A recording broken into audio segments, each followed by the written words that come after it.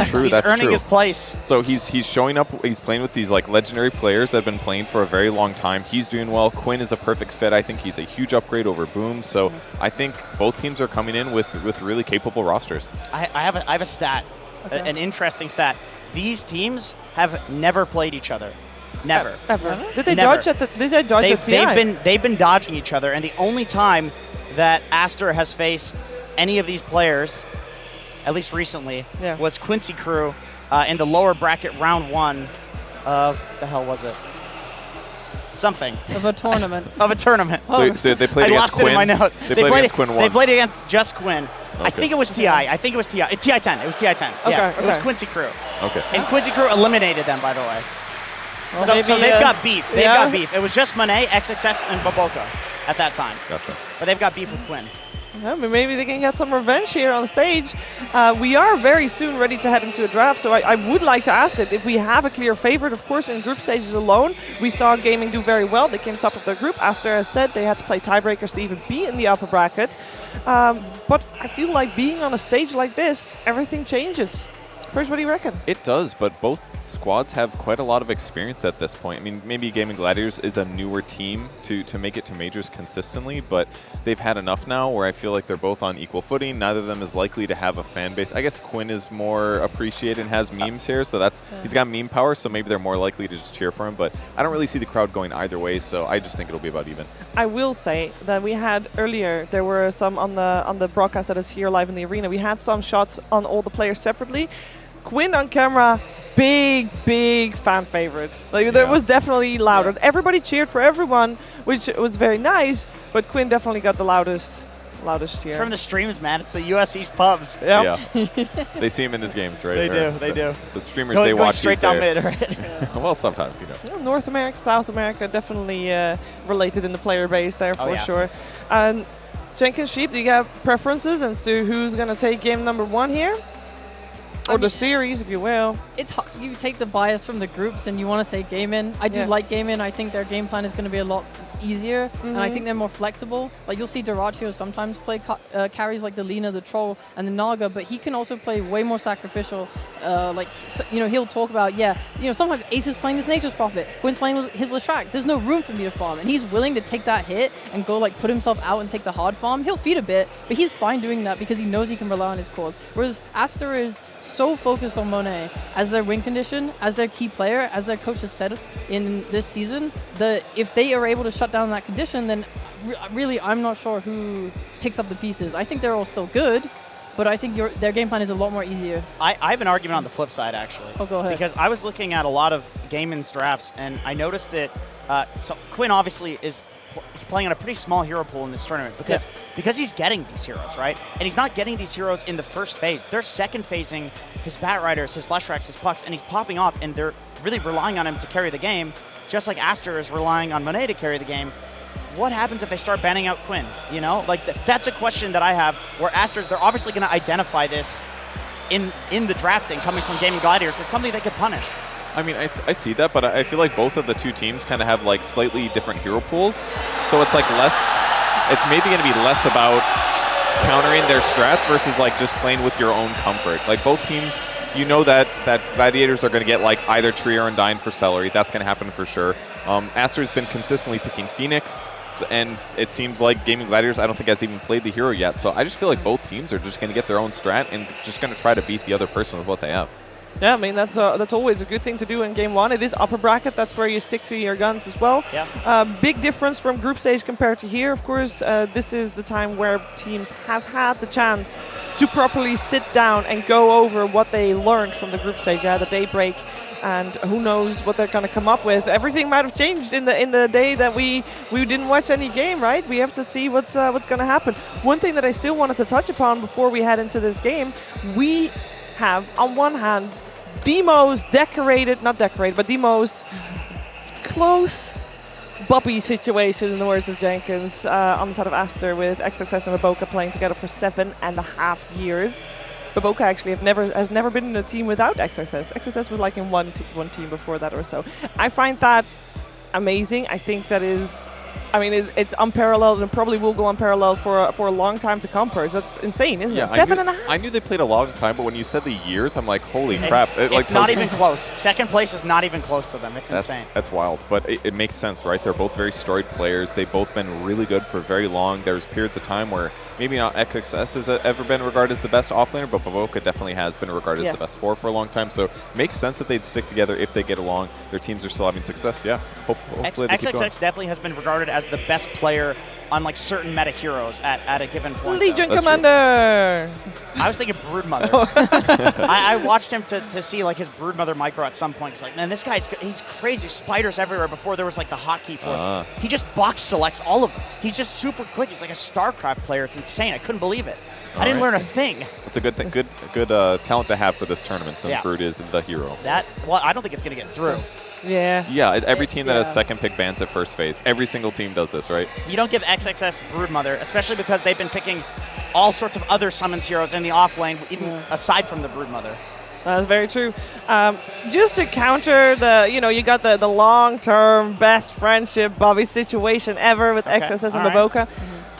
I do want to then also say, maybe other duos haven't been together for that long, but the start of it is there because Ace and Tofu, they literally wanted to continue laning together. It's how they got on Team Tickles with the two of them like over a year ago because Ace used to be carry, Tofu was a 5, and they're like, okay, we want to continue laning together, and they're like, all right, 3 and 4 it is. They stuck together, Sheep.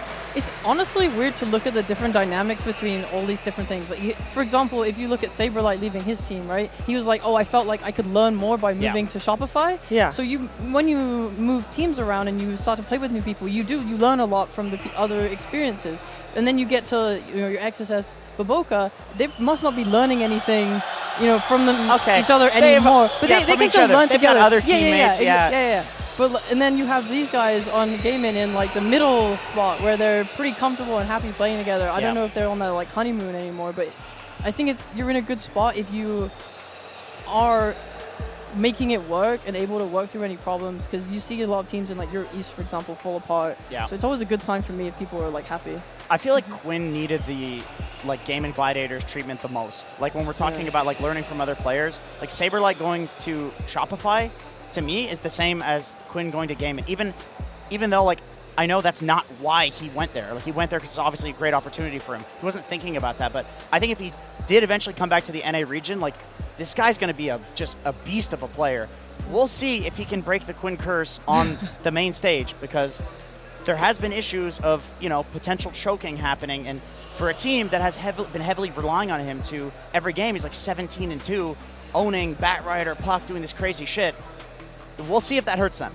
We'll see. I feel like he's just played so many games at this point that it just doesn't faze him. Like he's been to so many tournaments now. This is the best team he's ever been on, I think is safe to say. Even not that he hasn't had decent results in the past, but he's never really hit his true potential, and I feel like this is the team that can do it. It is. I hope so. And one of the factors that comes into play when you're saying like can he continue basically be the force that he was in the group stages, it comes down to coaching, I think.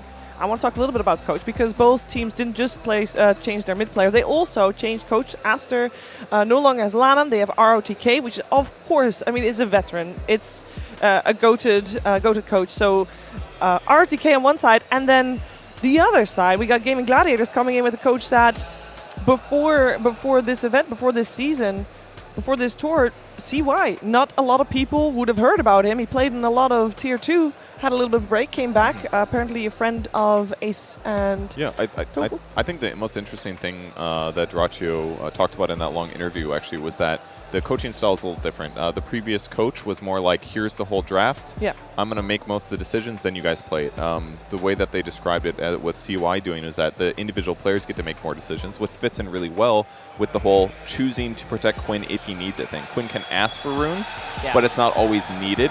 So it just gives way more flexibility to the team, and that's going to mean that flexibility is what wins you games sometimes, because then you let the players who know the game insanely well feel what they feel and use that to get victory. So I think this coaching style could really help with them. It also helps that the runes always spawn on the side that Quinn is at. That Ice Frog actually put that directly in the game, so that helps out. That's a big buff. I didn't know there was a patch. I heard that people wanted a patch. That's been in the patch for a long time. Oh, okay. Gotcha. It's good, of course. You need to enable Quinn, and I think he is thriving well with this coach as well. I talked to him yesterday about it, and he said that he really likes this because he doesn't need a personal coach. He feels like he's engaged enough with the team and stuff, and has like his own ideas and strengths, and like he's already really good mechanically. Like he doesn't really need help with that. So this coach being more collaborative with the whole team and bringing everyone else like together and making the vibes really good.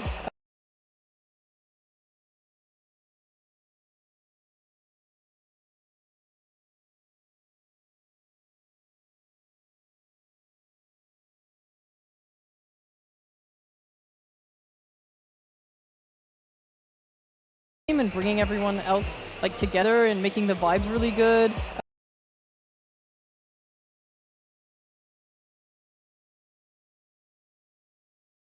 Helping, just in.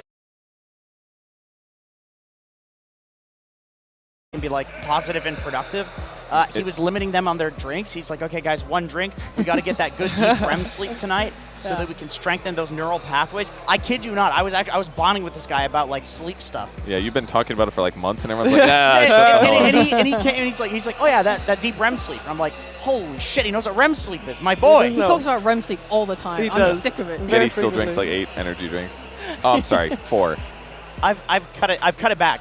But he's limiting them. He's like, okay, guys, we're not going to go full Jenkins. We'll go half. That is actually very valuable, because when you live that degen lifestyle to get as good as you need to at Dota to become a pro, you legitimately do have to put your life aside a bit. I think that's personally why young players tend to seem better than older players, because as you get older, you start balancing your life better, and then you have less time to mega grind. So like if you have a guy to come in and give you the easy mode, like schedule your life for you and tell you what you need to do to like really min-max your out-of-game stuff, that's certainly just going to translate to in-game performance as well. Well, it has paid off tremendously for GaimingGladiators. They are, of course, on top of the group. They did very well in the Western Europe DPC as well. I want to focus a little bit more on Aster because, yes, they were in upper bracket. They did have to play tiebreakers. And I feel like Aster is doing very well for the region. They are the only team from the Chinese region coming into the upper bracket. So I feel like they should have done better, though. I kind of like Aster is supposed to be. They are supposed to have broken the curse, sheep, because they used to have a curse and they're like TI 4th. They broke it, yay, let's go. And then here they are. Yeah. I mean, still upper bracket, but not as good as they should be. Yeah, it's crazy because they do get those high placements, but they don't cinch the victory. And they have spoken on that a little bit. They said that they were lacking energy during Arlington, so they weren't really able to carry any sort of momentum through to reach the end. And then during TI 11, they felt that they had real issues with being passive and non-aggressive. You look at their games this tournament, and I think that while they try and make moves, it seems like after a certain point they're running out of like ideas, and then everything sort of becomes very passive while they wait for Monet to carry the game for them. That's where I've felt that they've looked the weakest. But they have good potential. I mean, they underperformed slightly in the group stage from what I expected, but they're still very good players. They clinched it. They're in the upper bracket. I could definitely see them make a turnaround here. Definitely possible. I mean, they did just break the curse. Like, they are the premier Chinese team now, honestly, like over LGD. I really feel like after TI and the previous majors, but like this is like a new thing. And also, after TI especially, like we saw two last chance qualifier teams end up getting second and third. And, Puppy said it at TI. You don't want to just win. You don't want to win out. You also don't want to lose out, because if you lose out, you lose your confidence. If you just win, you're like too confident. You're egotistical. You don't have like replays to watch where like, okay, we can actually improve on these things. So I don't know. I feel like Aster, because of how well they did last year, and they have got a lot of games under their belt, and they've got a lot of stuff that they can learn from those games. I'm actually fairly confident that this is going to be a very close matchup, closer than people think, given how Gaimin performed in the group stage. Would I have time to go back to the coaches a little bit? Because I think that probably affects them too. I think so. We are waiting for the go signal on the draft. We are very close. At some point, I'm going to get a 30-second countdown, and then I need you to wrap it up. But I haven't gotten that yet, so feel free. Love that. So obviously they switched from LANM to ROTK, and they are quite different in terms of coaching style. Monet said that LANM was very detail-oriented in-game, whereas ROTK looks more at the bigger picture in the laning stage. On top of that, it's been when we spoke to ROTK, he said that his goal was to bring 6 players together through daily life practice and understanding, and that he wanted to make sure that him and XWY were fitting into the previous player's playstyle. So it's less of like, I have ideas and I want you to ascribe to it. It's more like, we want to get used to you. So there might be just an issue of time here where they need to be able to fit themselves in better.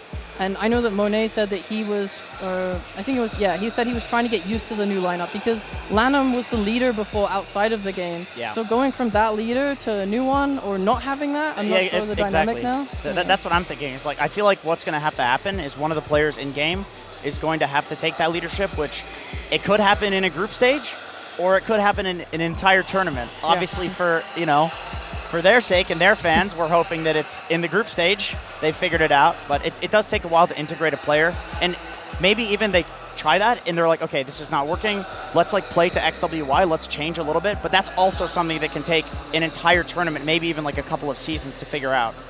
Yeah, it could for sure. On the upside for them, I hope it doesn't take seasons. I hope it takes tours, because this is, of course, the pinnacle of Tour 1. So, you know, the first major of the season, they still have that time to adjust, and they just want to get as much hours as possible playing, especially in front of this crowd, and get that experience and indeed evolve on the back of it. We're going to have to wait and see if they actually can do that, because we're not ready yet for the draft, and they are still coming in as, I would say, the Game Gladiators coming in as a favorite here, but there are also signals that Aster could do very well. A lot of people have said before the tournament started, Group A, not as strong as Group B, which would mean that Aster has faced stronger opponents. Of course, they have learned from Liquid. If you take Liquid as like, you know, the team to beat, then Aster has more on-hands experience. Do we think that that's going to have an impact? I mean, generally yes, but I'm just so sure that they're screaming teams from the opposite group as well. Like that's something, especially on the day off, it's like your last chance to like pack some strategies in or try some weird stuff out, and certainly there's going to be some crossover there if you can get that. So I don't know if the Group A versus B talk is super founded, but with that said, by the end of the tournament, that sometimes happens. It's like all the top 6 teams are from one group, or the top 4 teams or whatever. I mean, look at TI. It's like, oh, wildcard teams just crushed, went from wildcard, smashed, broke faces, got to the finals. Now, also at TI, there was something that was very obvious at some point, that the Western European teams were only knocking out each other, as in all the Western European teams were only knocked out by other Western European teams, and that made, I believe, XXS Jenkins be very. You told me this. You don't have to give me the face. What did I tell you? He went to study. what the Western Europeans are doing. Okay, yeah. So he said in an interview that he basically was studying the best European teams, and he listed off some of them, and the only one that he didn't list off was GaimingGladiators, which is really funny. Oh, there he is. What a legend. The crowd goes wild. But, you know, I assume he meant all of them, and he just listed, you know, some of them. But, yeah, I think it's pretty widely believed among the players that Western Europe is kind of like, they've, like, leapt ahead in terms of who's really good at Dota. I mean, depending on, like, the year, it's a different region, and I feel like, you know, you could even argue at like different times, like maybe SA is like the second best recently, but it's pretty much been Western EU dominance for like the last couple of years. And yeah, he said that he's paying attention to that, and we'll see if that comes back to bite him. Yeah, we'll see indeed. I mean, let's see. There was for the Western European teams in Group A, Tundra wasn't doing too hot, and then you got Liquid obviously doing very well, and then the other team in Group B was. Why am I blanking on this? I'm blanking too. It's the heat. Wait, sorry. It's getting to me. The other team in Group B. We're talking about Europe. Entity. Oh, the other Western European team. Entity was amazing. And Entity also came second in their group, so yes, we know that they have had a great showing in the group stage as well, with only Tundra of the 4 Western European teams here falling short a little bit, but that does mean that Aster, they have also played against Entity, so they had 2 good Western European teams to practice against, while GaimingGladiators, you know, they only had Tundra. It is true that it's like Does it sound mean? Only. It's a question of like only a TI winner. They're like gonna be in their comfort zone for like the next few matches. Like if they, you know, continue onward, or well, they're upper bracket, so even if they don't, you know, even if they lose one, they'll be in their comfort zone. Is that a good thing? Like, how much have things changed throughout the group stage in this major? Like, I feel like not that much in terms of the meta that was like DPC Div 2, which was copying DPC Div 1. I feel like there's not been that much that has changed. Are you saying that all these teams are taking strategies from Fart Studios? That's exactly right. Shout out to Fart SJ, drafter and captain of Fart Studios. How long did it take us to get to that one, huh? Not that long. I was Longer hoping it than would I never thought, come, yeah. but that's okay. That was not bad. All right, I wanna talk about some of those meta changes that you guys mentioned, because I feel like we have seen changes over the last 5 days, or over the last 6 days, I guess, during the group stages. We, of course, started it's the Lima major. Everybody's like, oh, the Lina major instead. Lina's so good. And we did see a lot of Linas. We saw an ignored hero there.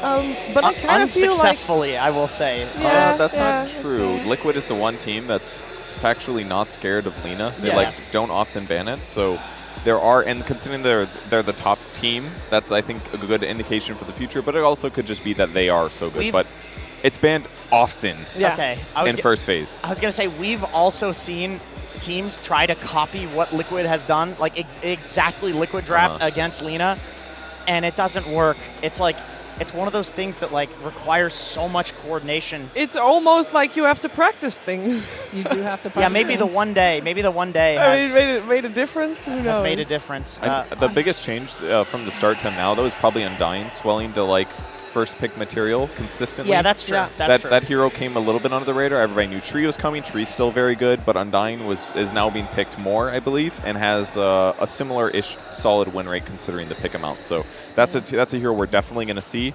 on the Gaming Gladiators side. If they don't get Tree, I don't know which one they necessarily like more between the two, but they're very similar archetypes. I will say that for me, the hero that popped up that I wasn't necessarily expecting it was the Bat Rider. We've seen it be very strong so far in the group stages. Why did Bat Rider? Did it come out of nowhere? Am I the only one that thought it was You're kind of high? I'm high. I mean, I knew it was I mean, going it to be... was there, I but saw it it wasn't banned- like Yeah, there. I saw it banned a lot in second phase, but not often picked first phase. And That's- now it's like that's a what first That's what I was phase. going to say. That's what came out of nowhere, is that nobody thought this hero was first phaseable. Yeah. It's like, well, Wait, surely that's they not just... true at all. It's definitely true. How Are you is kidding that me? true? It's Like- always second phase. Okay, people would first phase it on 8th pick. Is that what you're going to say? yeah. Of course they would 8th pick it because they can protect it. Yeah. But Well, I'm with saying people their team's wondering, overall first 8th pick. Oh, pick like is 5? actually second pick. Okay, yeah. Who's 5 pick in there? fourth As in they yeah. picked the Bat Rider when there are no picks left in the first phase, and then they have 3 bans for it. Yes. Because Yeah. people believed that all you needed was to ban like Queen of Pain, Pango, Puck, maybe like you needed bans for it. But now people are like, go ahead, pick Queen of Pain. It's a shit hero. Yeah, pick Puck, yeah. pick Pango. We still have a Bat Rider. Like, deal with it. I don't think Queen is that bad. I've heard good things about Queen. Like, I know Queen overall is a bad hero, but like we've seen people flexing the Queen of Pain to the safe lane, you know, to catch off the, like there's been Bat Rider teams that pick the hero, get Queen of Pain, they're like, okay, I'm gonna put Bat Rider in the off lane, haha, got you, and then they just put Queen of Pain safe lane, and then it owns the Bat. Well, but then Bat farms Ancients and then- then gets huge. And Guys, the the Queen, Queen loses wins a lot. these games. I love the hero Don't- talk, but don't let's talk. be real. I want to fight. We have a dedicated panel for hero talk, so let's head over to them.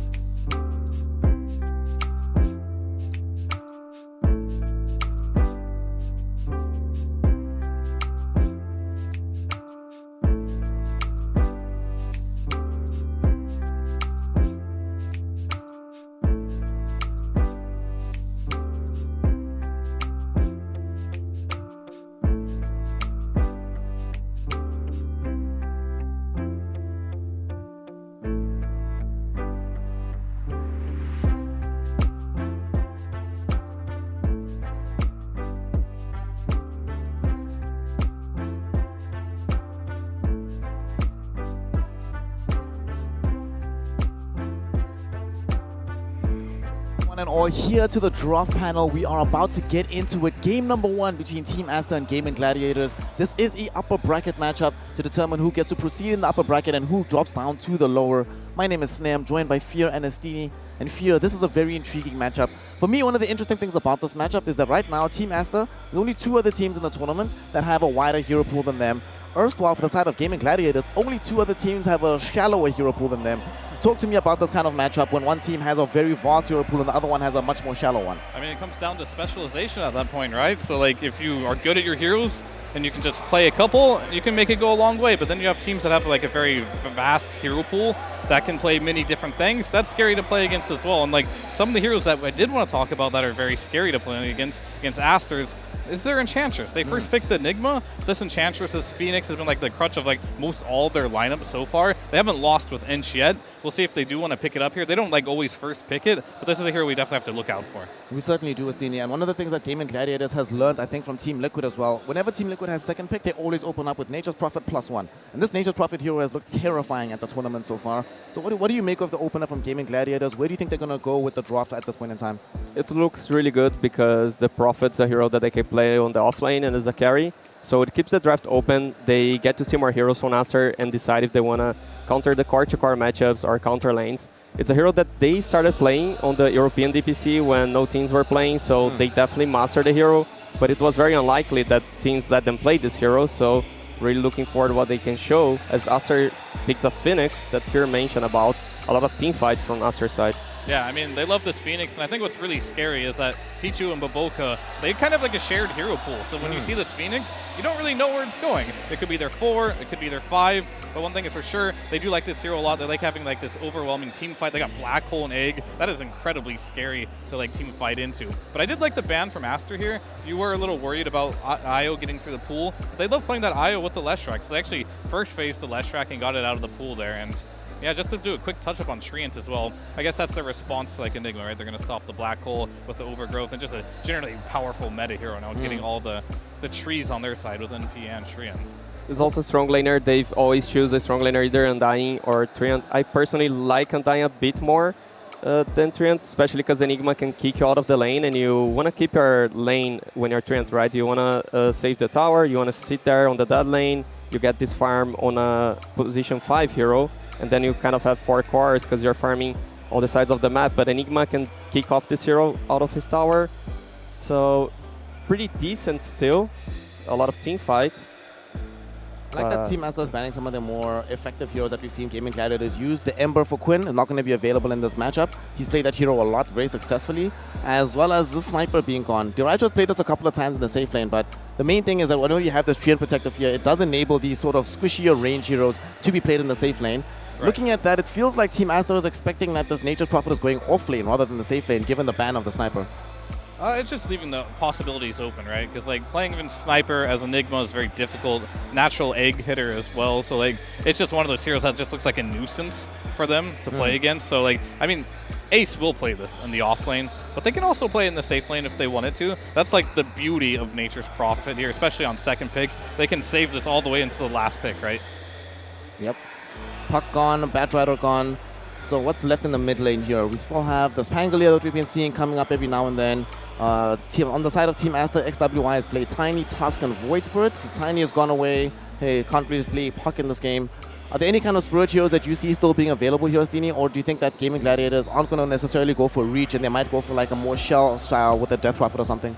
I really like the Puck for them, but they just banned Puck, which might show they want a Pangolier, because Puck's a hero on the mid lane that's good against Pangolier. It's really good for Void Spirit, but super early to pick a Void Spirit because this hero is just not good in the meta. So you want to see more heroes should you make the decision to go in Void Spirit. I believe they will just pick a support here, generic support, so they don't need to show the mid lane yet, and then they get more information out of Aster. Yeah, I mean, they've done this exact draft before, and they picked Tusk, but they were playing second pick, sorry, not first pick. So they might change it up a little, but what they preferred in the last time they ran this Enigma plus Phoenix together was the Tusk. They ended up going Phoenix, Enigma into a Tusk. So like, they're very happy with this opening. This is actually their last match they won against Beast Coast. They did these combinations of heroes. But that being said, they were second pick last time, and this is going to be a first pick game for them. So maybe they consider going something else depending on what they see here, right? And they're probably just going to see a POS 4, most likely coming out of Gaming Gladiators here. But if they don't, Aster will counter that.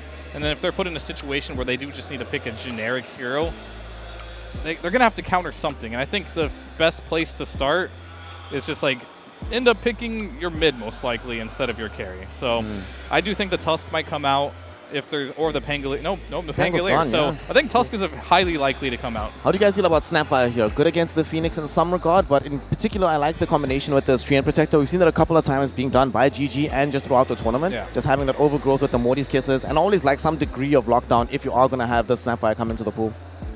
It's pretty decent, and it's also a teamfight counter. He's the biggest teamfight counter silencer. If you cannot press their spells, you're countered on the teamfight, or at least they can get a jump and silence, kill Enigma or kill Phoenix before she pops the egg, or Enigma before he pops the black hole.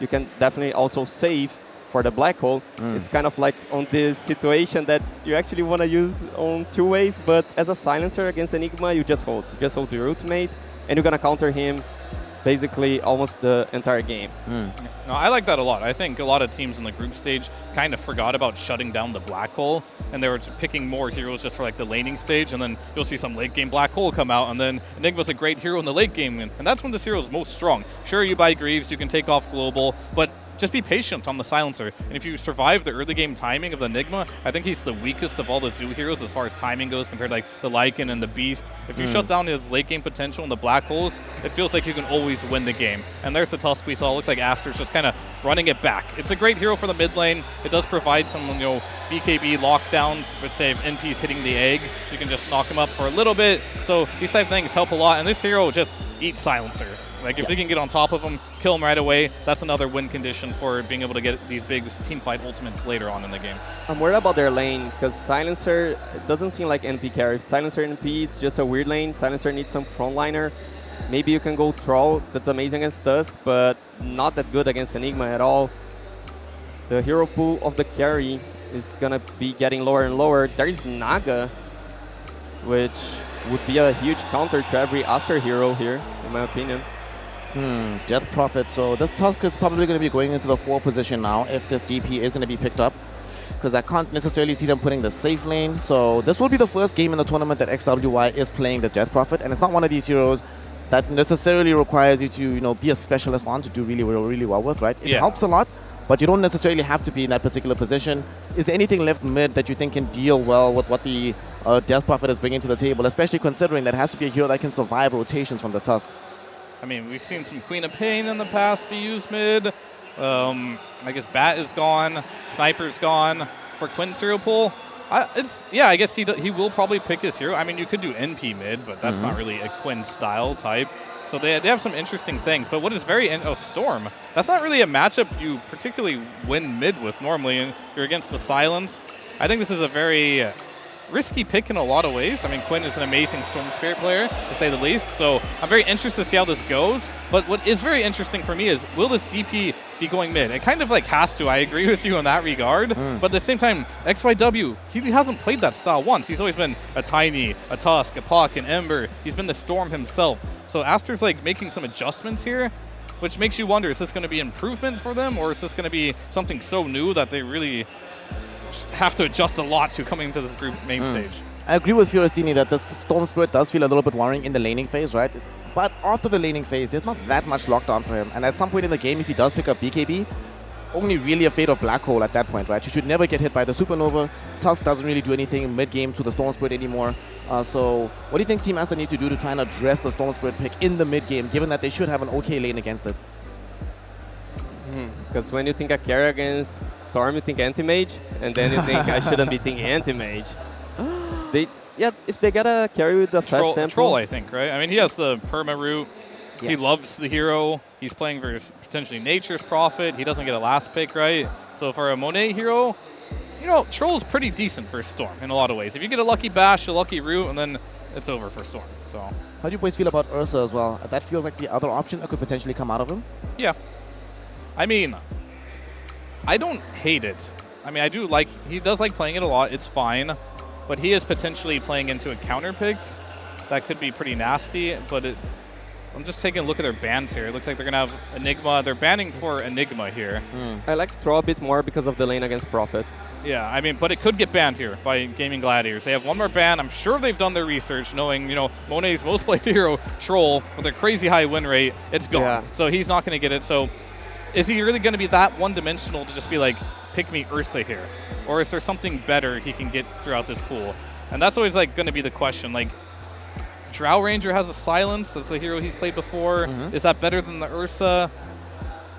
Hard to say. I mean, this is not a very simple pick for him. He's played Bloodseeker. You don't want to play that for Storm. Storm is a hero that's been rising in popularity, I feel, a lot as we've been through this tournament. And a lot of people are like kind of re-remembering counters. And I feel like your carry's job generally isn't the one that deals with the Storm. And that's why the Storm came out, because it's mainly the supports, the mid laners that can really shut it down. And that is another hero he's played.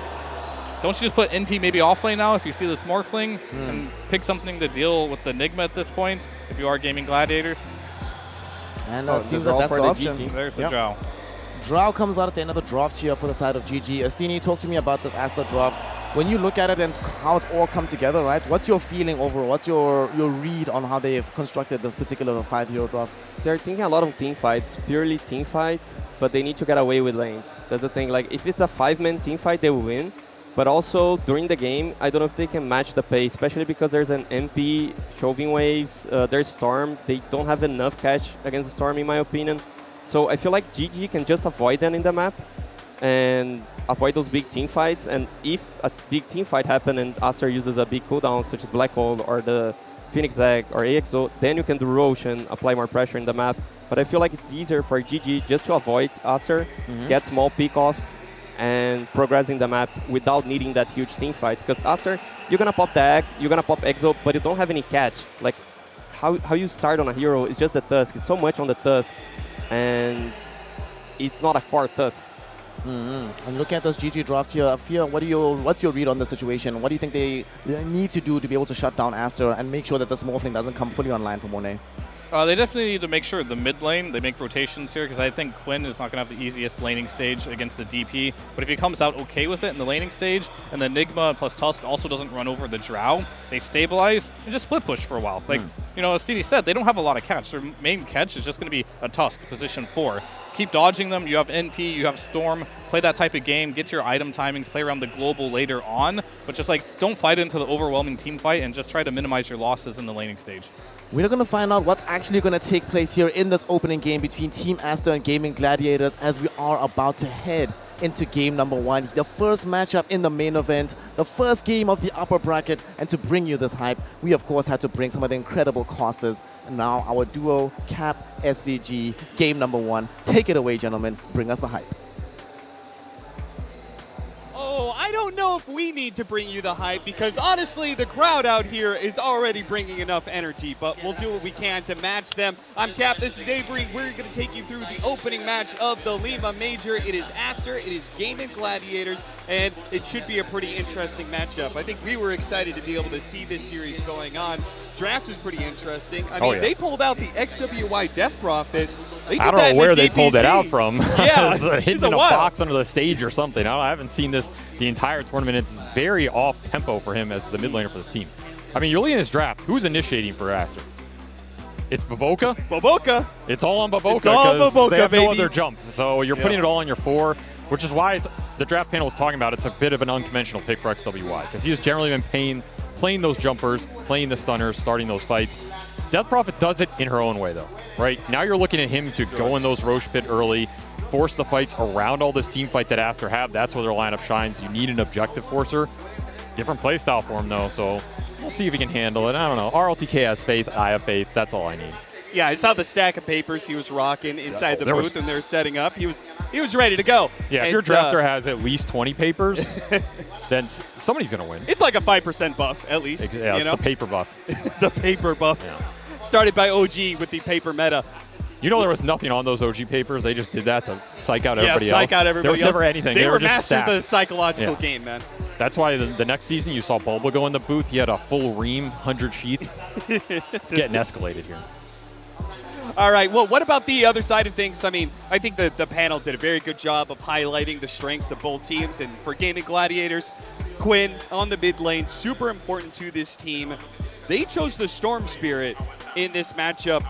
panel wasn't quite feeling it, especially since the matchup against the Death Prophet. They said it's not super great for Storm Spirit. How do you feel about it? Definitely not my favorite matchup. I think DP is super favored for most of that early mid game. The silence is debilitating. The lane is super free for Death Prophet. If Storm ever messes up his mana regeneration on the map, you can easily just take mid tower, especially if Storm gets ganked or falls behind in the levels. Again, that might come down to Evoke in this game. How much does he get done on the off lane and can go towards mid versus that Storm? But I was once told by the great Peter Pandam that Quinn is the best Storm Spirit in the world. Damn, that and is. I don't think Sumail liked that comment, but I don't know how true it was either. That guy won DAC for them. Huh? Yeah, that is so I mean, spicy. Peter said that a lot about other things, but Quinn Storm is damn good. It never did anything for me, but it's damn good. You know what I'm saying? And of course, he has Silencer and Tree to back him up. Think about how these team fights are going to go. It's not Storm on an island, right? He's going to jump somebody. You're going to have Global to back him up. You're going to have Living Armor on top of it. Living Armor can maybe help him in the lane stage. And then you have Drow Armor to give him the extra agi. Sure. So this is a very high armor Oh, Storm. you forgot Nature's Wrath. Probably Nature's the Wrath, best. I mean, I the don't know if best that's follow-up. helping him, but it's rooting somebody. I mean, sure. it's doing a ton of damage. It's going to be rooting later I agree. on. Like, this is a draft that can help the Storm engage in those fights and just fight through some of these spells, right? Yeah. And if you're looking towards that late game, the Storm gives you the initiation here, but it's a cheap initiation. He doesn't have to commit his whole kit to jump somebody here. They have 3 ranged cores with a 4 silencer. You can take these fights spread out. You can make the Enigma and Phoenix feel pressured to have to use their ults early or in an awkward position, and then they're just getting shot from very far. The Ballista, you wish it was still in the game. You're not going to have it here, but you have your homemade one. I kind of like gaming here, honestly. I feel like these team fights are going to be hard for XXS. Okay, but I got to stop you right there. What about this support duo? What, Tree and Protector What's wrong with that? Silencer? What's wrong with that? I mean, it gives me an unsettling feeling in my stomach. My gut is like, ew. That's a duo that has they have overgrowth, but they don't really have like easy stuns to be throwing around. Yeah, it's Quinn's job. I mean, it is Quinn's jobs because Ace, until you get level 20 talent, Sprout is like kind of okay. Drow Ranger is just providing a silence.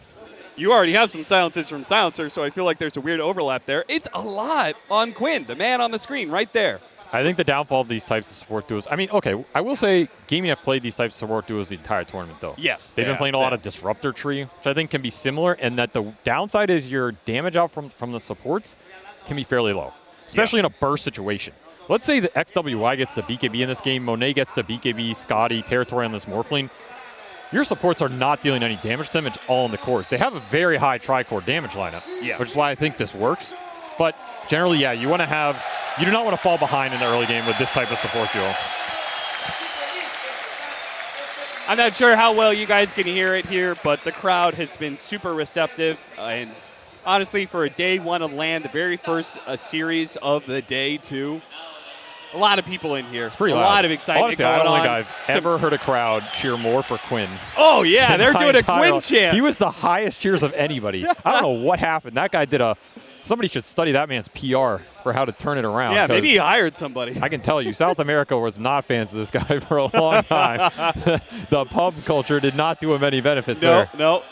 But he's won people over, maybe because of his performances in GaimingGladiators, or maybe because he's no longer playing pubs in US East. That might help, yeah. That's what they're cheering. They're like, Quinn is no longer on the server. He's in Europe now. Thank God. Thank God. All right, don't worry, everybody. We are getting the match underway.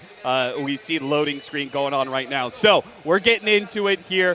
See the lovely Ace there. That's an interesting guy.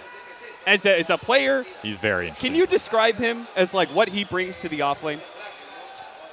I was staring at this shirtless guy in the crowd. That took my. What does Ace bring off? I think Ace brings consistency, honestly. Okay. I think that's his strongest suit. You look at this guy, he knows what heroes he wants to play. As an opponent, you also know what he wants to play. He's just one of those offlaners that goes there. He's going to be on Tide. He's going to be on one of these team fight stunners, right? The Brood, the Summons heroes. You know what he does. But it seems like he gets away with it every game. Yeah. He's very consistent. Rarely does he feed. Rarely does he throw your game. Rarely does he mess up on where he wants to farm and what items he wants to buy. If you look at this gaming lineup, I view him as kind of the rock. He is the consistent factor that's always going to give you that stable output. Yeah. Then it means, Quinn and Duracho can go a little crazy. Maybe you have a little bad death here or there, and Ace is going to pick up the slack. I think it's nice to have those kind of guys in your team. And I think some of that consistency, and maybe consistency as a whole, as a team, comes down to that support too and just their general playstyle. I feel like their playstyle is very much like, we can let them run at us, and we will be able to respond. I mean, when you don't have stunners out of your supports, right, in some ways it is, you're not necessarily always taking the initiation, Whoa, who right? says You're Tree's responding. not a stunner? I mean, Who says that? He's an ensnarer. You get this shard. Now you're stunning some people. Well, that's another ensnare.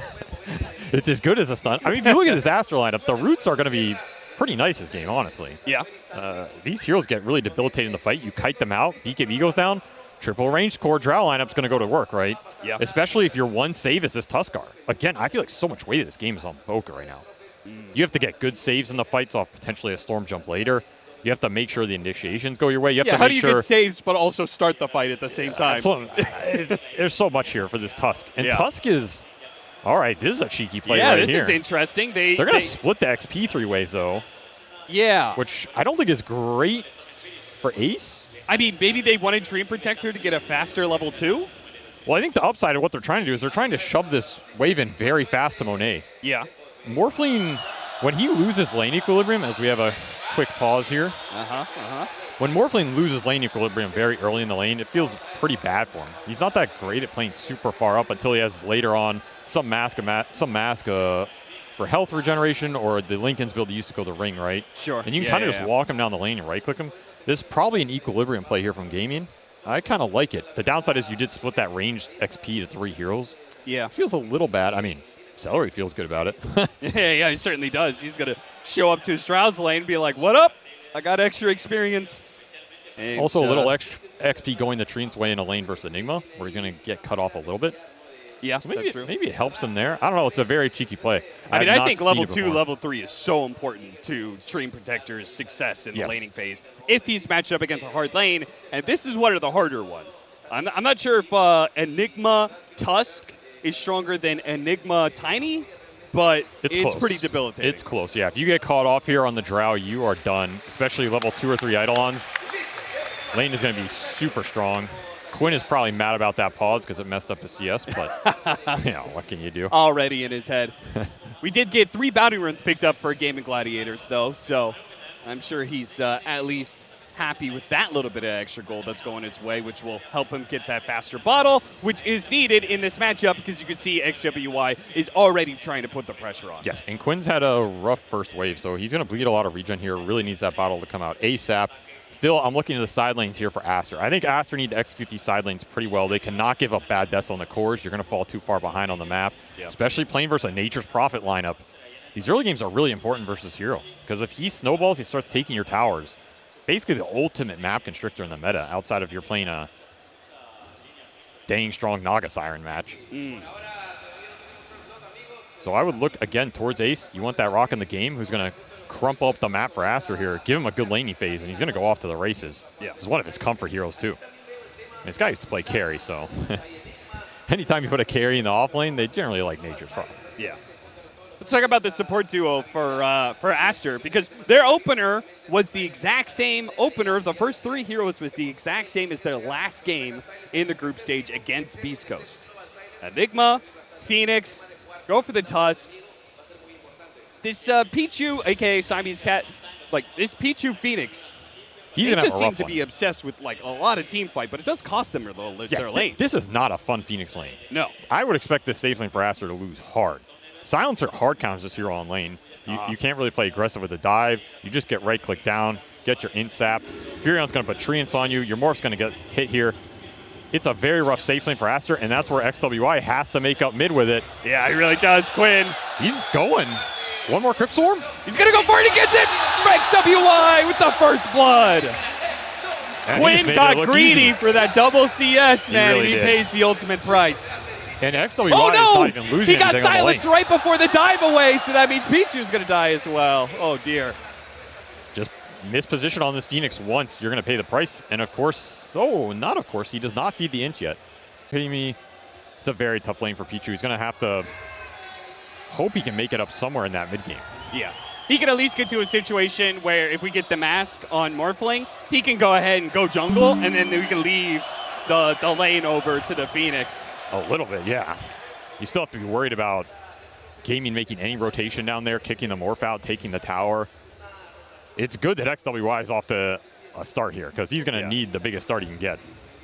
Their DP is their only hero, can kind of stop the early aggression, make moves of their own, take early towers. Solo kill Quinn, I guess. I guess you don't need the Boboka rotation if XWY can make it happen on his own. That's true. Put faith in his Death Prophet. Almost caught me there. He almost did. He's going to go for it again. Damn, XWY is just giving no relief to Quinn whatsoever. He's level 5. He's got a huge level advantage here. Yeah, this is massive. And this is early enough that Quinn's not going to be super happy going jungle, right? Like some Storm Tiers, you get to level 5. Okay, I'm going to AFK jungle until I get 6 so I can safely do it without dying. But this early, that would slow down Storm Tier a lot. No, Quinn does not like jungling anyway. Typically, you want this guy to be in the lane because lane dominance is one of his greatest strengths. That's true. He knows all these 1v1 matchups. Remember, they picked the Storm into DP. Quinn does know this matchup, and he's not doing too bad in terms of net worth CS. Yeah. That first blood obviously inflates it a lot, but he's doing okay. As long as he doesn't die again, I think Quinn will be overall a little happy with this outcome. I mean, he's not going to be happy because he died, but that's a Quinn thing. The biggest thing here is you don't want to give up another kill when DP 6 and Storm is 5, and now you take a bunch of damage on your tower. Yeah. And that is something Boboka can look towards because you already have 6 on XWY here. Of course, Ace is sitting at the top of the chart. This is a very nice matchup for Furion. You can sit here out CS Morphling with the extra tree and damage. Not a lot of offlaners can offer you this type of lane pressure versus a hero with, in theory, infinite regen. 14 denies. That's pretty rough. He's actually out, almost keeping up with the Enigma, but they do manage to get a kill. That'll help Monet out a lot when it comes to the experience department. That's super nice. Not to mention Pichu gets a little bit extra, right? Yeah. Any XP on this Phoenix lane is to die for. And now Boboka pushing towards that mid-rotation. Storm's to level 5 here. You have Exorcism. You have Catapult. They have Catapult. It's time to pressure. And who of GaimingGladiators is going to come over and help him out? Looks like Tofu, off that death, is going to show up, refill the bottle. Just his presence could do a lot here to stop this. They want 6-minute rune. There's Oh, yeah, they're challenging already. They're going to push him back, and they do manage to get the block in with the shard onto Tofu. And they've got Pichu here as well to be able to join in, so Tofu's going to be run down pretty easily.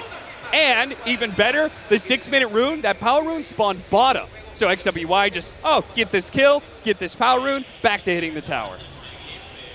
Maybe the one upside here is it's not Quinn dying. You get someone else to tank that for you. And the Catapult dies in the meantime, so that'll give him the level 6 here. Now Super important. He's eliminated the threat. Of course, you are going to get half tier 1 damage here. It's not that bad for your first Exorcism. And again, you're getting a little extra XP on supports. Your side lanes get solo XP. This is what Aster kind of won here, as long as nothing is getting fed away. Decent value out of the rotation.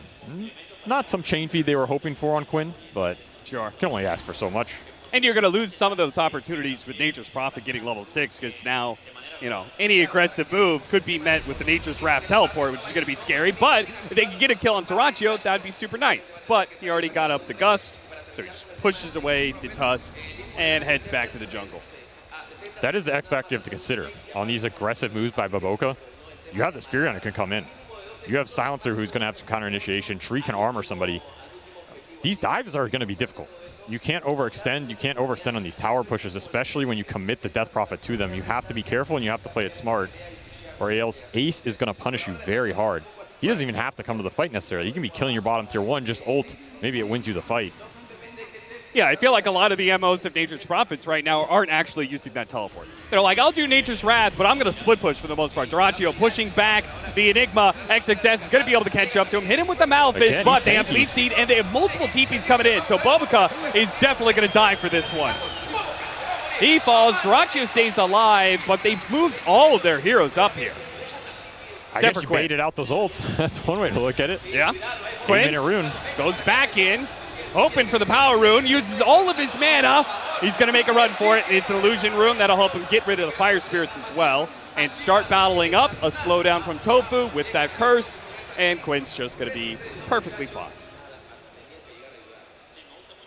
Not the worst outcome to get that first Wrath of Nature out and you get the double TP. Again, you have to be very careful on these overcommittals for Aster. And now you get space somewhere else, which is bottom. Boboka with the fast TP. Gonna secure this ace nice kill. Yeah, this is huge. Now your Morphling's in a very good position, right? He did not go Mask. He did not go any region item. He's going Falcon Blade, and he's been able to stay on this lane. Not to mention you're killing a level 6.5 hero. Why not go the Mask and why the Falcon? What's the concept behind going Falcon Blade then? I mean, Falcon Blade's the meta. Don't question the meta, Cap. Okay, all right, that's fair. I cannot really Honestly, disrespect I haven't that. seen a lot of these morphs going early ringer Mask. Seems like just the extra regen from the tower, flag bearers, give it a couple tangos from the support is enough. Yeah, those 5 positions just feeding you tangos nonstop. Yeah, so if you get away with this build, it is more efficient. Sure. And he's been getting away with it. Well, Maybe it also speaks to how much Tofu is brought up the lane too, right? Sure. Let's say Silencer can just stay down there and pressure this morph with Ace. Maybe you're going to force a bit more regen out of Monet, but Tofu had to TP mid and tank the gank for Quinn. He had to TP top, secure that, then he got stuck in a mid rune fight skirmish. Silencer's been active, and now you're going to have to give him mid XP so he can get to his ult. As you were saying, this support duo for Gaming Gladiators a little clunky, which means you're going to have to prioritize their levels at some point. It's going to happen now. The downside is you're giving some breathing room to Aster, where early game was perhaps their slowest point, and now XWI. Breathing room for Aster, but they're going to look to choke out Ace. They will manage to get the snowball on him. Celery's going to show up. Can they get anything out of this? Celery hiding away in the trees. Tofu's here as well. From a distance, they can get a decent amount of damage on Bulbaka and maybe get this kill inside of the tower range. Look at XWI. He tanked it for Bulbaka to allow Bulbaka to cut over to the side and TP out. Now they go back in. Nice team play from Aster there to ensure no losses. Juggle that aggro. Invis rune from Quinn, though, could do a lot, so it's good that XWI didn't get too greedy. Backs away, doesn't try and use the exorcism to its full extent, heads back to mid. Now you get some counterplay if you're gaming, though. Again, that's Exo down. You don't get a tower. Time to perhaps be aggressive here with the next Furion ult. You have Quinn lurking around, looking for something. Generally, you want to get at least a couple kills in this first 10 to 50 minutes with Storm so he gets some extra XP on the map, especially if he has to give up mid to a Silencer. That was a close call. Quinn could have grabbed a mid-dive, and that would be a dead Pichu, but okay for now. But they got to deal with mid. I feel like Aster's playing this early game pretty clean. Yeah. Again, this is a pretty slow early game lineup, so as long as you're not feeding away too many kills, you're getting the levels on your heroes. XWI can keep powering through. I mean, they're just taking mid without Exo here. Yeah, what's going on? Gaming Gladiators, I thought surely they would fight for this. I think they could have. They have level 8 Drow can come to that fight too. They have living armor. Silencer globals up. Storm with full resources and Wrath off cooldown. Is that not the fight you want to take here if you're gaming? Apparently not. Gaming Gladiators would rather trade. And I guess, you know, if you're just content with trying to chill out, farm, and hit that Aghanim Scepter timing on the Nature's Prophet, that'll be a little bit better. But we're going to see Aster keep up that pace. They still haven't had to use the egg, so it's still a tool to be used. XWI will help XXS. Just his presence here will help the Eidolons take the tower. The living armor is just really not benefiting at all. Gaming Gladiators, they're maybe slowing it down a bit, but if the tower still dies before 15 minutes, yeah, and this is max living armor. I don't like to give up these tier 1s without a single fight. I think that's where Treant shines, too. Yeah. You bait the overextension from Aster, you get a good overgrowth into Wrath and a global before any of these Dispels or BKBs are out.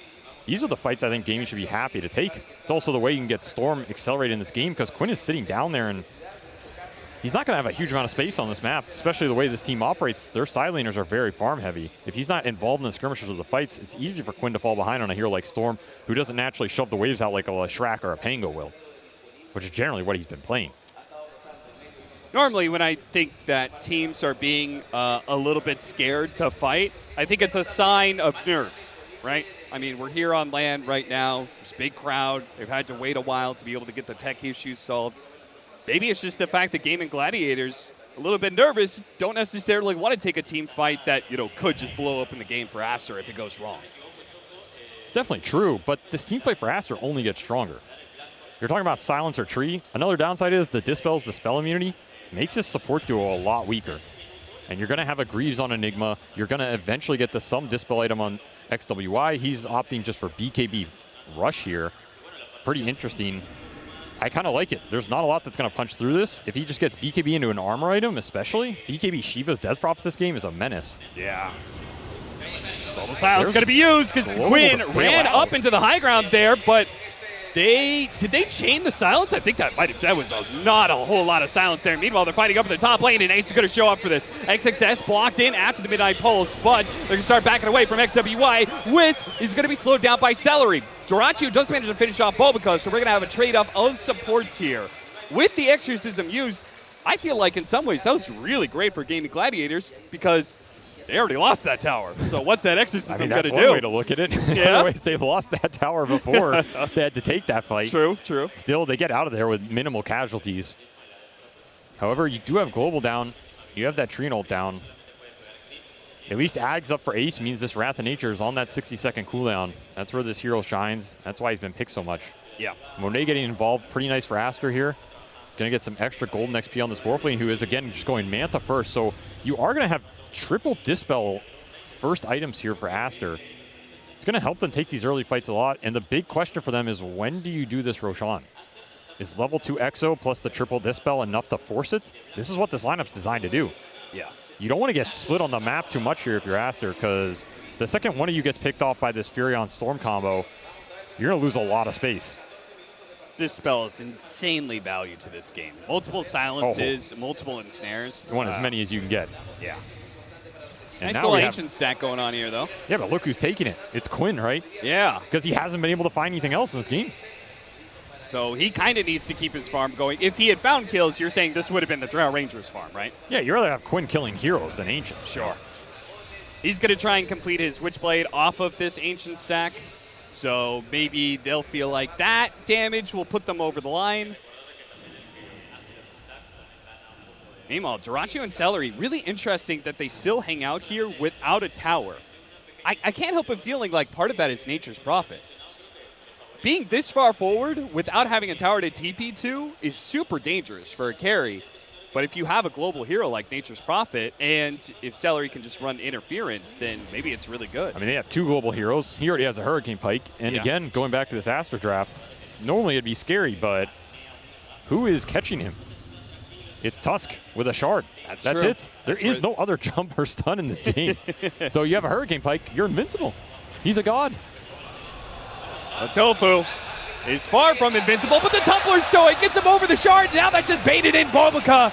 Silence goes out, but they don't need any spells to finish off Bulbaca. Beautiful bait from Tofu. Gets off the Tumbler's Toy just in time after the damage was taken. Maybe Bulbaca just getting a little too anxious in this game. Has to recognize they have to get to these big items on their cores before they're going to take the head-on fight. Yeah. The skirmish is a bit difficult, and now Gaimin maybe recognizing what I was looking at, which is I think they're pretty strong right now. This is when you want to fight with your spells before those first round of items come out for Aster and get Quinn involved more than just the Ancient stack. Pretty good ward. Free jump. Pichu had just de-warded that. He threw the Fire Spirits over there. He does manage to get off the egg, though. They're going to turn around and kill it. That's not a problem, but Monet is going to try and take advantage of this by turning into the Star Spirit, but now he's locked in and he gets blown up. Where was the backup for Monet? He fought for his support's life, but nobody else was willing to. XXS seemed to be a little bit too far away, and XWY, well, he was leagues away. Awkward fight there. Feel bad for Pichu, who used the Fire Spirits to get vision on the high ground. He dropped a sentry on the low ground. Fire Spirits would give you temporary vision for the high ground, so he checked that cliff, but then immediately afterwards, Gaming Gladiators dropped the wards. If he did that like a second later, maybe he sees a ward and he goes, oh, time to leave. Yeah, maybe you get the earlier dive out, and then that fight looks very different. Still, we're going to see the power of this global be really annoying for these heroes in the committal team fight. Sure, you wait for him in, and now you're just stuck. Stuck not even in Morph. You're stuck in another hero's body. And Manta going to be... You just get outranged. You're not offering much in terms of spell capability. You're not going some early blink beacon, and you're not going to hit a big black hole even if you do. You're just kind of waddling in here with this Aster lineup, and you're letting Gaimin get to these big damage items on all three of their cores. And now they're actually evening out the tower advantage. And this mid tower looks to be falling. Aster are not going to fight for it. I think XWY had a good early game here. He definitely created some pressure, but you haven't been able to capitalize on it. No. You're still stuck behind your tier 2 at 15, at 18, going 20 here. And where is the catch? Are you doing anything to this Hurricane Pike Drow? doing anything to this tanky Furion who's going to have the Agi from the Drow Aura with living armor on top. Remember, there's a lot of buffs for this Gaming Gladiators lineup. You have to commit in to deal with the buffs. And not having catch, the enemy team having better late game, and them having global split push pressure off of Nature's Prophet, this is beginning to feel like they just don't have a solution.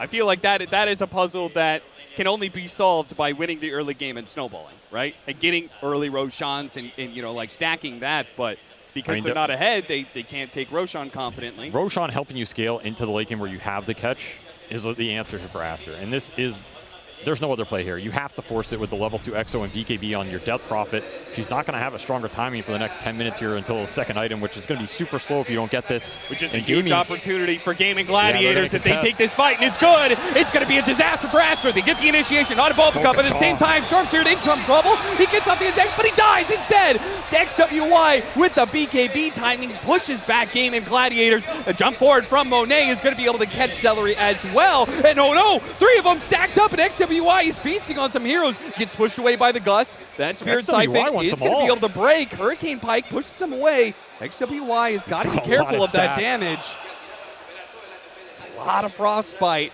but he lives. They don't get Roshan, but they do get a good engagement out of it. I don't know if that's good enough, though. Sure, you get the Storm kill, but the lead just increased there for Gaming. Did it really? Because this Furion just farms waves while this fight's happening, and you're not getting Roshan, and now Exo's on cooldown. What stops Gaming from just taking the pit? No Black Hole? Or you have Black Hole, but no Exo, no Egg?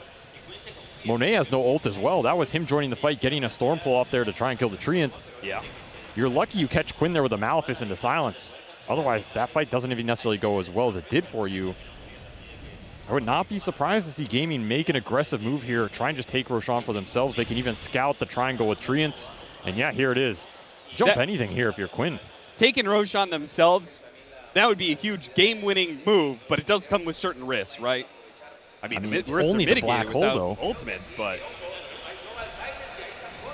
I mean, even just taking Roshan is maybe a little dangerous, but they're going to try for it. Shard is going to be disruptive. Fire Spirits are going to be annoying. Maybe they have it's to too give annoying. It up. Still, I think Gaming would have been really happy if Aster took that bait. Oh, yeah. They want the fight more than Roshan here. I don't think they care about the Aegis. I mean, Aegis on Quinn is super nice, but if they ever get a fight where Aster don't have their big ults, that's when they're super happy. Yeah. Because you're not winning that. We see the power of this Drow. There's just no gap close. You're going to need a lot more items on your Enigma, a lot more on DP. There's one gap close, so Blink for XXS is coming in and perhaps at a very timely point because Gaming are smoking on you. You're going to need a big black hole at some point in this game. If this was to break on like XWY, who I think is maybe tanky enough to survive, XXS could be set up for a dream black hole. That is the dream. Have him tank it, see everybody use this DP BKB. They don't really have another natural frontliner in this game until Monet is super strong. Gaming don't find anything, don't want to overextend into the high ground triangle, and again, they will force the Roshan. It's dying very fast here. You got to scout this. They're smoked up on Aster, they know, but they're not going to be able to get there in time. And now the Aegis is picked up by the Stormseer, and he's going to zip in. Quinn immediately getting the initiation on Bulbica once again. Going to drag him into the mid. Bulbica is stuck, he's caught. Aster are going to start retreating, but Pichu can't get out because of that silence from Tofu. A little bit more XWY, going to pop the Exorcism. This is not the fight, though. No, it's not. Already 2 dead. Global seals Baboka's fate. And Quinn just gets the free follow-up. Of course, he can play really aggressive now because he has that Aegis. You want to commit ults for this Storm? Sure, I'll take the fight afterwards. And now, Aegis to Storm Spirit in this game, absolutely deadly. Sure, he's low on the net worth chart, but it doesn't matter if he can just jump into your ults and bait all the spells out. And this is why I said that earlier Roshan go from Aster was not good enough, not even close. Yeah, I see what you're talking about now. Rough team fight. An Arcane Rune found for Quinn with an Aegis. Oh, come on, I mean, I don't think they necessarily need to be, taking fights right now, but you are heavily incentivized to do so. You are extremely powerful on Quinn. Honestly, we had those 40,000 accounts banned for cheating. Yeah. I was surprised I didn't see Quinn in those because this guy... for spotting runes to his advantage. Yeah, this guy's got a rune hack going, yeah. I swear. The funniest thing is he's probably the one who complains the most about runes. Nice silence timing there from XWY. You know why he complains when he has normal rune luck? That's when he complains. In the rest I of only our got world, 50% of the runes. yeah, I only got 4 double damages instead of 10. Pichu stuck here without an Anchor's dive, so Quinn commits and gets the egg out of him. Really nicely played. Nice shard, though, from Bobica. I don't know if they feel good about chasing after him, though. How do you take these fights if you're Aster? You can't black hole anything. There's global and overgrowth. Duracio's just running up and poking you here, saying, what are you going to do about it? I don't even have the Aegis. You're not going to be able to play the map versus Storm and Furion. The pickoff can be really high. You can even get Blink or Shard on Celery here and help your pickoff even more, which he's going Blink. It'll help the team fight, some extra catch. You're talking about the Drow Ranger synergy with this lineup. Drow Ranger Furion, I think, is super scary when you get Furion to BKB. Because then you got this guy who is magic immune and he's getting the extra armor when he already has the same stats. Quinn trying to jump in after that. These are all just free, though, right? But it is. It's so free for gaming here. They don't even have to hit anything. You're still corralling Aster on the map. Ace is always going to farm your side of the map or the other lane, so you never fall behind economically. And yeah, you were talking about that BKB on Furion. He has it. So he has BKB. He's spell immune. He gets the Drow Agi armor. Man, this Ace...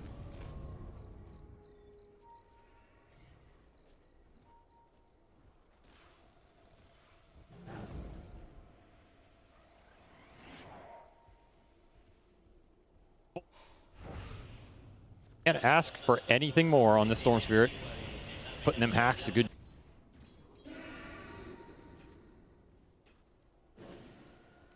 Dire are scanning.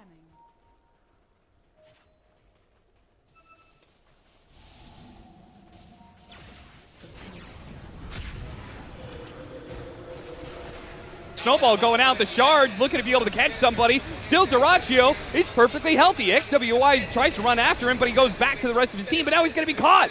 Oh, Zeller, great positioning, and XWY from a distance is going to get blown apart. The Nature's Prophet Drow Ranger is not to be trifled with. You either all in commit or you get the hell out of there. They went for a 50-50, and it was terrible. You cannot go halfway, as you said. And again, are we going to see a black hole this game? Is it possible? You may as well black hole something at this point. You don't have to use global in these fights if you're gaming. XXS has no game here, and this is how you punish Enigma. Make the black hole hard to use. Sure, he has an okay lane. He didn't even win it, though. 3 range cores can always split the fight. Storm's in the back. Ace is jumping somebody else off a route. Duracio's the front line somehow, and you can't even go on him still. Again, the lack of catch here for this Aster lineup really hurting them in these engagements, and their team fight just can't get put to work. Thought he was going to jump Pichu there, instead goes for Monet. Not even necessarily, oh, we need this kill or anything like that. Just, take him out. Make sure he doesn't get a chance to push out that bottom lane. Queen can jump whatever he wants. Yeah. There is no punish. He didn't even go BKB in this game on Storm. No, he went Sanj Kaya, right? Yeah, so he's just going for extra status resist into Hex here. Maybe he feels like the extra BKB scale is going to be picked up by his 2 other cores anyway. And yeah, the camp stack, the economy. There's a reason Gaming has a net worth lead at this point. It shows. And the way back is not very clear. Yeah. You got to get Monet on top of Duraccio and kill him through Treant armor, through a global. Sounds unlikely. I wish you the best. And all that time, take that much time to kill 1 core. Nature's Prophet and Storm Spirit are still doing plenty of damage as well. So, I mean, XWY went Witchblade. This is, honestly, I don't think you can afford to go Witchblade in this game. I think you need Blink Shiva's minimum before the fights even start to resemble something in your favor. Yeah, you're going to try and outrange. You're not outright clicking anybody here. I promise you, you are not outright clicking anybody. Maybe the one rationale here is he feels like the armor is just way too high for gaming. How are you ever killing any of these heroes when they all have 40 armor? I agree with that sentiment. You know, in a very far away world, if you get the brooch, it's pretty decent value. But I don't know if you're getting there. I don't know if you're ever getting there on XWY. Bloodthorn, I mean, I don't know. This Witchblade just seems way too greedy, and I don't think it's going to pay off in time. I don't think you're going to get to the late game here if you're Aster. You're getting kited. I mean, at this point in time, late game is kind of their only hope, right? Sure, but at this point, they're going to get to late game and be 40,000 gold behind. Sure. And by that, I mean in another 15 minutes here. Blink Dagger soon for Celery. That's going to be a huge pickup. Meanwhile, items are just missing. for Aster. Still trying to get a Scotty on Morphling. Doesn't compare. There's a lot missing. The problem is you can buy survivability on Aster, but it's not winning you this game. Staying alive is not good enough. Gaimin do not have big committal spells. It's not as if you wear down their ults, you're happy to take the fight. It's the right click that's going to slay you here. This is a Drow lineup. Have to be able to match them toe for toe at some point. Well, looks like their game plan is to wait GaimingGladiators making a mistake on high ground, or try and smoke out and contest Roshan. GaimingGladiators, of course, very relaxing game for them. They're just hanging out, farming, and then eventually they're going to be able to take that second Roshan. I mean, they're smoking the triangle across map to try and close out that area. Aster isn't even there. No. They already closed it out. They don't know, of course, but there's no one to find on this map. So here's the desperation 5-man smoke. If this fails, you probably looking at game 2. You got to find a good core kill here into some semblance of map control. He tried to go up to that top tower. Of course, but Quinn has another arcane rune. Though that said, this game he has had full rune control, right? So he's eventually going to get something good. I'll still make fun of him for it, though. Well, that's your right. I mean, the only cooldown that this arcane rune might be helping at this point is that game clock. This game could end in the next 5 minutes here. Especially if you take a fight into a high ground ward here. Check the high ground. They see the ward. Bulbaca's already been caught, though. Quinn has just been making sure Bulbaca has no game.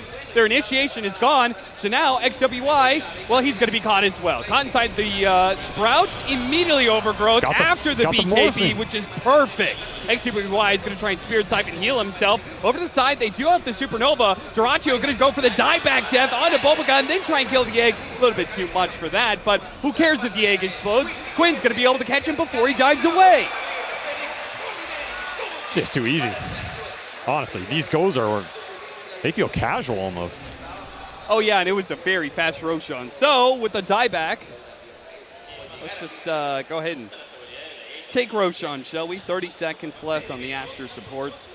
Storm jumps, he pulls somebody, Drow kills him. Storm doesn't even have to commit. There's no counter initiation here that can come out. What's the counterplay to this? You have to jump them, right? Again, you don't have a blink on Death Prophet. Monet finally finishes Scotty here. Starting to get some damage on this Morphling. Still, it's all physical, and you're doing physical into an insanely high armor lineup that now has another Aegis. They got all their Shard 20 as well. talents coming in, the multi-shot damage, the Sprout Leash. This is just an impossible fight. You're going to have to hope for the high ground throw. Hey, sorry to ask you this, in the playoffs and everything. Do you know how Overload Shard works with Drow Ranger's multi-shot? It should not proc it. That's what you're asking. No, I don't think so. If it did?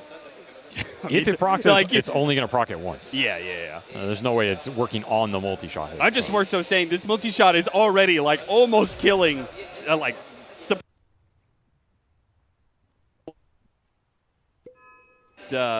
you add in just a little bit of extra damage on top of that, it's going to be terrible. They give the Aegis to Durachio's time. Yeah, it makes sense. He's going to hit high ground, right? Yeah, that's your siege mechanism. Makes Quinn's life a little harder since he didn't go the BKB, but again, he doesn't have to commit on any of the jumps. He can just ult Hex, ult pull, run away instantly, has another arcane rune. Bulbaca is so poor.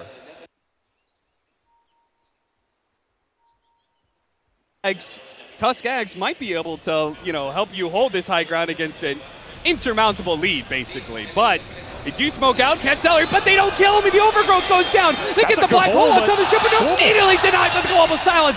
But the Supernova does survive as a result, and XWY sticking on to Durachio. Durachio pushes them away, though, and XWY couldn't commit. He was pushed too far away, and Quinn recommits back in. Durachio's going to help them run down, and that is it. An absolute stomp for GaimingGladiators over Aster in this game 1. There was no question who showed up to this first game. The better team. Just a draft victory, honestly. Yeah. I would take their draft 9 times out of 10. I don't think you can play this game as Aster. You're not winning lanes. No. The first Roshan gets foiled. At that point, the game is just over, I think. If you don't win that first Roshan fight with level 2 XO BKB Death Prophet, what's your game plan here? You can't play the map. You can't win the team fights. You don't have initiation. You can't punish anything Ace is doing in his Ancients on the side lanes, let alone get on top of this Drow. Drow buys 1 Hurricane Pike. Your whole catch is gone. This isn't even a Dota game at that point. So, super one-sided game, but draft focused. I mean, I still think that Aster played a little timid for my liking. I felt like there were so many times where it was just like, guys, you got to go. You just got to go. But either way, draft is a huge problem for them. Maybe RTK needs to print out some more papers. Yeah, you need another couple inches of 8x11 there. Yeah, we Get could all some more use notes going. We could all use a few more of those. You say they're playing timid. Honestly, what is Vivoka supposed to do in this game? Just run up and shard somebody into DP silence? You have to play this game ultra manly. I think you definitely have to go second item blink on Death Prophet and just blink on him and hope something magical happens. I don't see another route in this game. A great black hole at the end by XXS, but again, by that point, you don't have to use global on anything else in this game. You have overgrowth even if you do. There's just no punish here. I think you really have to think about this Enigma Furion matchup as well. Teams are very happy playing Furion in this Enigma, and this is one of the reasons why. You play the map, you split him up, his spells become very hard to use. If you don't have other heroes that can make up for it, which Aster didn't, you're just getting out-farmed at every fight. I mean, Aster went in the pit, did half of Roshan, got 2 kills on left, and they lost 1,000 gold off that fight. Because Wrath of Nature cleared 3 waves. That was really bad for sure. And I think maybe we have a reason why Aster haven't been picking up that mid-death profit for XWY, or at least maybe a reason why perhaps the item build wasn't up to par or something. They just haven't picked it since Chinese DPC. Witchblade was not the item. That said, I don't think there's any item he buys. I mean, that man could have found a divine rapier off a shovel.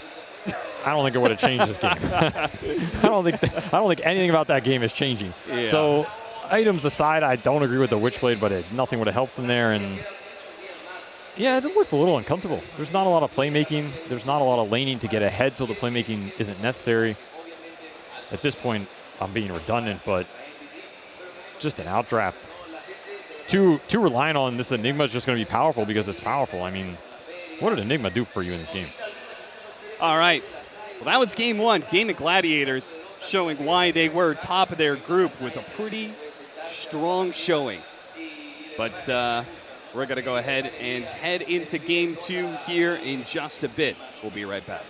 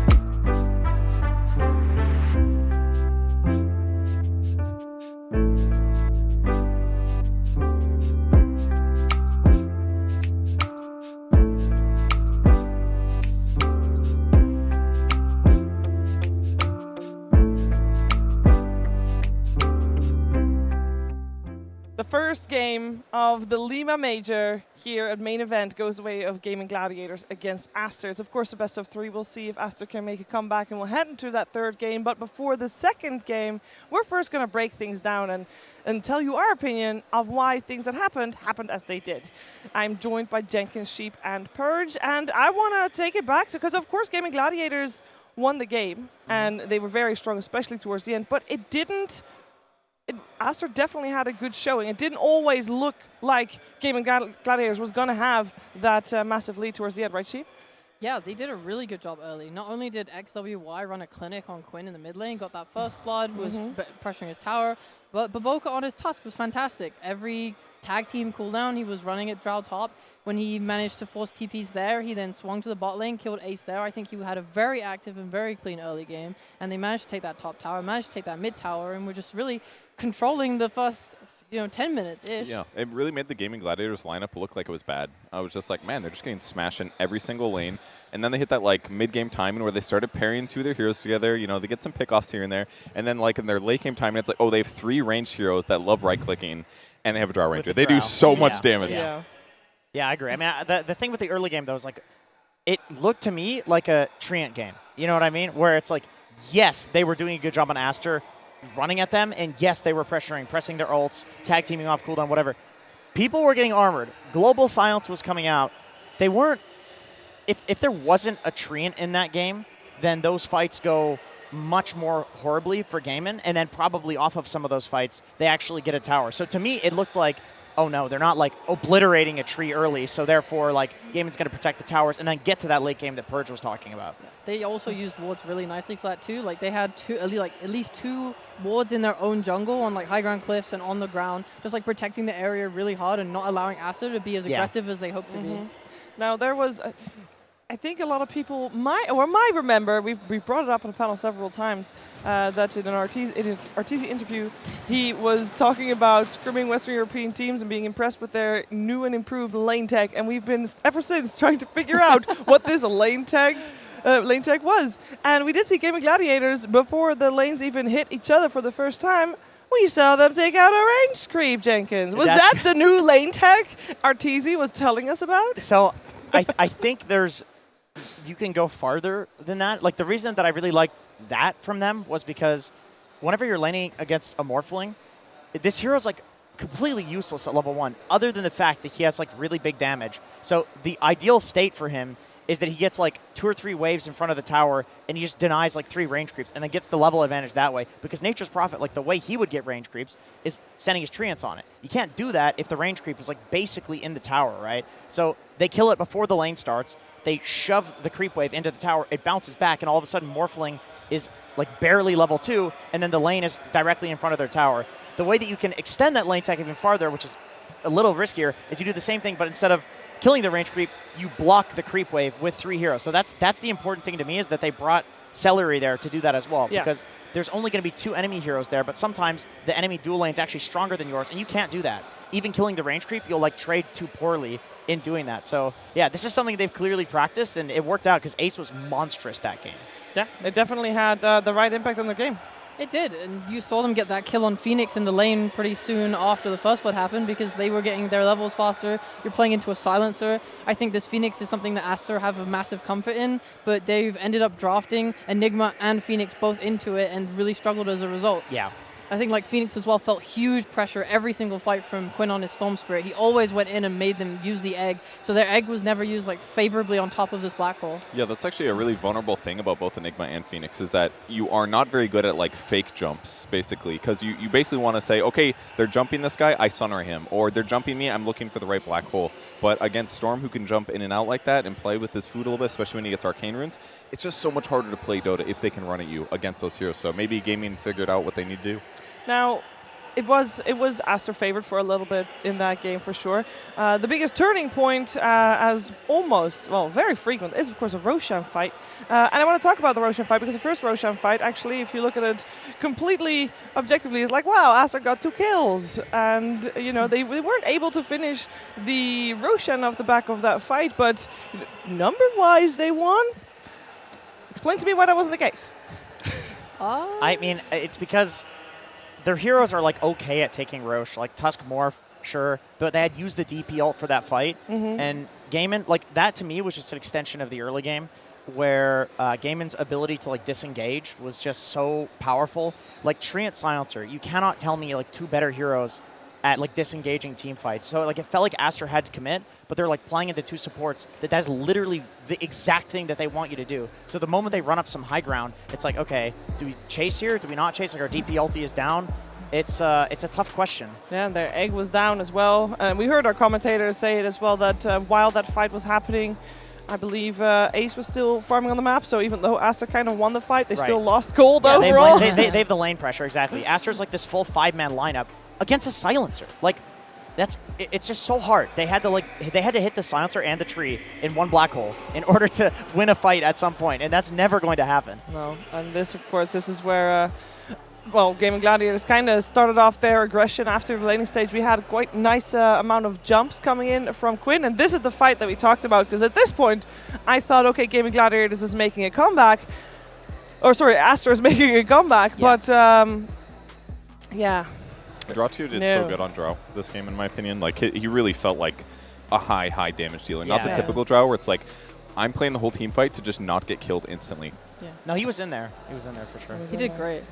This Roche as well was so nice because Gaimin were super on top of it. They realized Aster was in the pit. They scouted it with Trance whilst simultaneously smoking and were ready to contest. Meanwhile, when Gaimin then walked into the pit on the next fight, Aster were way too slow. They smoked up to contest, but they were just not there in time. So I think Gaimin just had their like finger on the pulse of this game way better than Aster did. Yeah, they played like a little too scared in a way, and I think a lot of that goes back to the draft. Like you're playing Enigma, and all of these like very heavily committal heroes. Like even Tusk, like he snowballs, he gets in there, right? Yeah. Against Silencer Tree, and then Storm who can get out, Nature's who can TP out, Dracio's like the only guy that could have died there, but as Purge was saying, like he just had a phenomenal game. Yeah. Was there any chance at this stage of the game that we're watching right here, was there any chance for Aster to still have a good comeback? Because they definitely keep trying. There's the global. Like, that's the problem. Yeah. He gets the tree, and then there's the other guy that's out that's going to instant cancel the black hole. Yeah. They tried to do some nice moves on Aster. Like, for example, they went when they were kind of locked in their base a bit, they sent their Morphling top to try and bait off him while smoking behind. But Gaimin, so smart, so good. They scanned behind the Morphling to find out that there were Aster heroes there, so they knew. And that way, they were able to just hold their high ground cliff ward. You know, Aster sees nothing. They're not actually sure where Gaimin even are because they're just not showing or not reacting. And then when they push up onto their triangle, bam! Gaimin just super punish it, kill them, easy game, easy life. Just like that, simple. This break is being used by the teams to, of course, go back to the drawing board and reset and find a better way into game number 2. And we're going to try to predict what's going to happen, because what does need to change, Purge? What is Aster going to look at most when they look back at that game? Where was like the one issue that they're like, okay, you know what, we can change potentially our opening? It felt like to me like it's the same run at you issue. They didn't have good ability to run down their opponents, so their draft was a little bit mismatched. So because of that, it's not easy to take fights. They have all the support counters you guys talked about. That just made all their engagements difficult. So if they maybe have a different strat where they don't prioritize Enigma and they go for some like divey pressure hero, or maybe instead of picking Death Prophet for their mid, they could have some like, not that Void Spirit's great, but some Void Spirit type hero. Jump in, disable, burst, catch people like that. Puck is a good example. If you have those catches yourself, it makes your team fight easier to execute. You can hit the support back line. You can make the Draw Ranger run away instead of just sitting there outputting way more damage than she should. That could really upend the strategy. It could indeed. We had the first pick going the way of Aster. So Gaming Gladiators banned Broodmother and Lina. Surprise! That most likely is going to get changed for game number 2, and therefore it's going to be Aster that does not have the luxury of banning out, for example, the Leshrac that we see Gaming Gladiators like a lot. Is that, how big of an issue do you think that's going to be, Sheep, for Aster? Oh, that is a question. I'm not sure. I feel like you have to prioritize the Leshrac, like, because they are so. It's by far their most comfortable strat. But are you then going to let Lina? What do you give, Lina or Brood? I think you have to give Lina. I think Lina is like Liquid is paving the way here of counters, and I know we talked about people not living up to the same like skill level as them to deal with it, but it's got more shown than like Broodmother, for example. No one knows how to deal with Broodmother. Everyone hates Broodmother. I have an argument in favor of what you're saying. Okay. XXS and Baboka are the ultimate bubbies, right? And they've played Magnus plus Rubik before. This is a very solid lane and game counter to Lina. It's a little hard to pull off, obviously. Yeah. It's all about just repositioning her, and you're double nuking the creep wave in the lane, so it's not like you have to kill her, but you can. She's still going to free farm, but you have these opportunities that like other heroes don't have to kill the Lina. I could see them pulling that out. I mean, they've literally picked it in this tournament, and they were playing it in DPC too. There's also the one other option that happens is that they do let the Lesh through and give it to them first pick, and then they take IO +1, like IO plus DP as a response, because it's mostly like the Lesh IO that is like makes it really giga broken when Gaimin play. But it's just important that you get that IO combo like right there. You can't like just pick the IO and be like, oh, we'll figure it out later, because they're going to ban all the best ones, Yeah, because so far that exact scenario has happened, and it did not work out very well. It is kind of poetic that Aster, playing and GaimingGladiators playing their first main stage game here, and the first hurdle that Aster has to work on. How are we going to deal with Lina? It's a little bit of the story of the run-up to the major. And we thought we were kind of over it, but I guess once you change first pick, second pick, GaimingGladiators winning while having second pick, that must be a boost for them as well, Sheep, because traditionally, especially in this current patch, that is when you have the so-called handicap. Yeah. You don't I agree? think playing on Dire is more important than the pick order, to be honest. I agree with that. Yeah. Dire's just too OP. Yeah. That hill ward outside of Roshan is so stupidly OP, and people realize that you're never going to kill a tier 2 anyway. Everybody used to be like, oh, of course, Dire is going to be playing in the Radiant jungle, and so Radiant's better at taking Roshan. Who gives a shit? You're not going to take tier 2s in Dota in this patch anyway. The way that you win a game is by getting like a 30k gold lead, and then just you run at towers and, okay, hey, come fight me. And then they do fight you, and then they lose. So it's like you don't need to pressure that tier 2. You just sit in your own primary jungle, which all the carries want to farm anyway. You put a ward on the high ground, you've got full Rosh access. And then it's like Radiant, you got to do some crazy smoke around that never works, by the way. Or you like do the thing where you step on the bottom of the cliff, you look way up and you put a sentry down, and then the entire enemy team just explodes you. And you're like, okay, we'll try again in like a minute. And most supports can't even right-click the ward. It's like, there's an obs up there, guys. You have to walk all the way around up 3 high grounds. It's so stupid. It's tough. It's definitely a very common cause of death, I believe, in games. Now, lucky for Aster, they'll probably be on the Dire side this time around as well, so they got that as a little bit of a bonus there. We're talking a lot about what Aster needs to change, because of course, Aster is the one that lost game number 1, and they did basically drop the game halfway, or after 15 minutes or so. GaimingGladiators, they're going to be happy that they won. However, first 10 minutes, they're like, you know what? We could maybe do a little bit better there as well. So where do they look, Purge? Because after a game, even if you won, you're not just like, oh, that was easy, let's go. Like, where do they reflect and see, okay, how can we maybe mind game Aster? Okay, Aster's going to change that, so we need to change that in ahead of time. Aster changing that. I think the most important thing is that they get Tumbler Toy again. That way they Yes, can of bait course. the ice shard jump. That was such a cool moment. Me and Steve were talking about this because I got really excited about it and I started typing it down, and then I remembered that Tumbler Toy goes on cooldown when you get hit. So he wasn't baiting it; he just didn't have it. Potentially, there might have been like a quarter of a second or something. But yeah, it was like a 3 to 4 second window. Either way, it was like perfect timing. It's such a cool moment. Get that again. It Very was helpful. really cool. Clean up your laning stage a little bit. Obviously, Quinn did not need to get first blooded. That was definitively a mistake. But from there, he played safe, and they came back, so it was fine. So I think laning stage could have gone a little cleaner. But other than that, everything as a whole was good. Yeah, that's the only thing on laning stage. So CY in the in the back is like, guys, you did good. That was good. That was good. Yeah. Do that again, please. But then, from the Radiant side,